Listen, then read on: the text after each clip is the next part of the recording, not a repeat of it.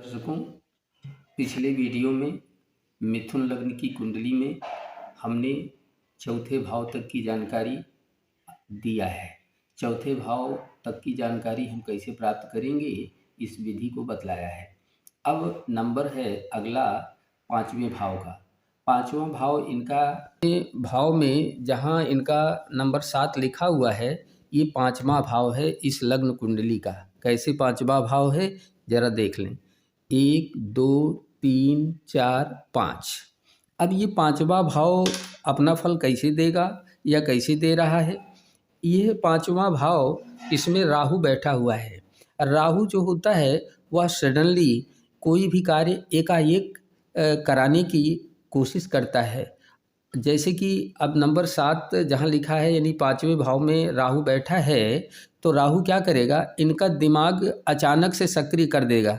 किसी भी कार्य में योजना बनाएंगे, अगर मान लीजिए नहीं समझ में आ रही, लेकिन अचानक ही कोई ऐसी युक्ति, कोई योजना इनके दिमाग में आ जाती है जो कि पूरा कार्य कर जाती है। कुछ भी इनको सीखना पढ़ना होता है तो ये नियम बना के तो नहीं, लेकिन अचानक से ही इनका नियम बन जाता है, इनका विचार बन जाता है। और अगर हम इस विषय पर ध्यान दें तो ये पाँचवा भाव जो है पुत्र को भी बतलाता है। तो इनके जीवन में नंबर 7 पर राहु है, तो पुत्र तो रहेगा, परंतु उसका जो एक स्वभाव होगा वह हाजिर जवाब होगा। यानी कि कोई भी प्रश्न का उत्तर वह बहुत सही तरीके से दे पाएगा। तो और वैसे भी नंबर 5 भाव का जो कारक ग्रह है वह शुक्र और राहु है। तो शुक्र और राहु ग्रह जो होते हैं वो इस नंबर 7 भाव को सक्रिय कर देते हैं। जब शुक्र की महादशा चलेगी तो इनका ये भाव सक्रिय हो जाएगा और विशेष रूप से कार्य करना प्रारंभ कर देगा। तो इसी क्रम में दर्शकों, अब हम आगे बढ़ते हैं नंबर 6ठे भाव पर, जहां 8 लिखा हुआ है। 8 का मतलब होता है वृश्चिक राशि, और इस राशि का स्वामी होता है मंगल, जो कि बैठा हुआ है यहाँ पराक्रम भाव में, जहाँ नंबर 5 लिखा हुआ है। तो इनका जो पराक्रम है वो बहुत बढ़ा चढ़ा रहेगा। और ये जो नंबर 6ठा भाव है जहाँ 8 लिखा हुआ है, ये सर्विस को भी दिखलाता है, यह इनके मामा के सुख को भी दर्शाता है, और ये नौकर चाकर इत्यादि के संबंध में भी जानकारी देता है।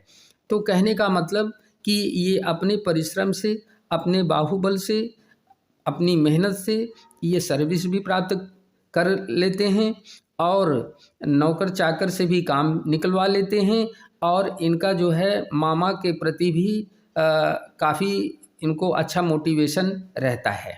तो इस प्रकार से इसका फल हुआ। अब हम आगे चलते हैं 7वें भाव की तरफ। 7वें भाव जहाँ 9 लिखा हुआ है, ये इनका 7वां भाव है। 7वां भाव जो होता है वह विवाह का होता है, वह जीवन साथी का होता है, वह व्यापार का होता है, वह साझेदार का होता है।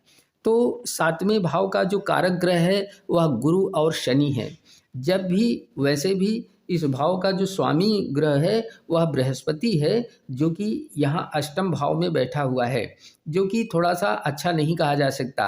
इस भाव का स्वामी यानी 7वें भाव का स्वामी अगर 6ठे भाव में बैठ जाता है तो उसमें कमियां आ जाती हैं, और इस भाव से संबंधित कार्यों को होने में विलंब लग जाता है। होता तो है लेकिन विलंब लग जाता है।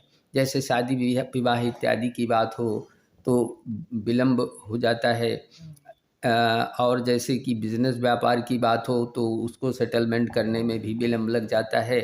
तो इस प्रकार से दर्शकों होता है। अब कुंडली बड़ी ना हो, इसका ध्यान रखते हुए आगे के भावों की जानकारी हम अगले वीडियो में। दर्शकों, पिछली वीडियो में दर्शकों अब हम 8वें भाव के संबंध में कैसे आप जानेंगे कि 8वां भाव आपको क्या क्या जानकारियां देने वाला है, और 8वें भाव का फल हमें कैसे प्राप्त होगा, कौन से ग्रह उसको प्रदान करने वाले हैं। तो यहाँ पर देखें नंबर 8 लिखा हुआ है। तो 8 जो है 8वां भाव है, और इसके कारक ग्रह हैं गुरु और शनि। यानी कि शनि, जब शनि की महादशा चलेगी, शनि की अंतर्दशा चलेगी, शनि की प्रत्यंता दशा चलेगी, और इसी प्रकार से जब गुरु की भी महादशा, अंतर्दशा और प्रत्यंतर दशाएं चलेंगी तो यह भाव सक्रिय हो जाएगा। आठवां भाव सक्रिय हो जाएगा।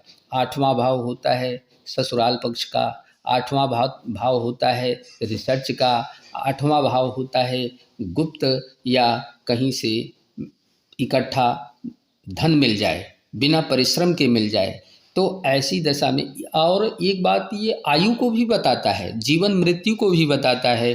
तो इस भाव से संबंधित जो फल हैं वो तब मिलेंगे विशेष रूप से जब गुरु और शनि सक्रिय हो जाएंगे। तो दर्शकों, अब इसी क्रम में दर्शकों हमने अष्टम भाव तक की जानकारी अपने वीडियो में दे चुके हैं। अब हम अगले भाव की जानकारी अगले वीडियो में देने का प्रयास करेंगे। और इसी के साथ आप सभी दर्शकों को धन्यवाद। जय माता दी।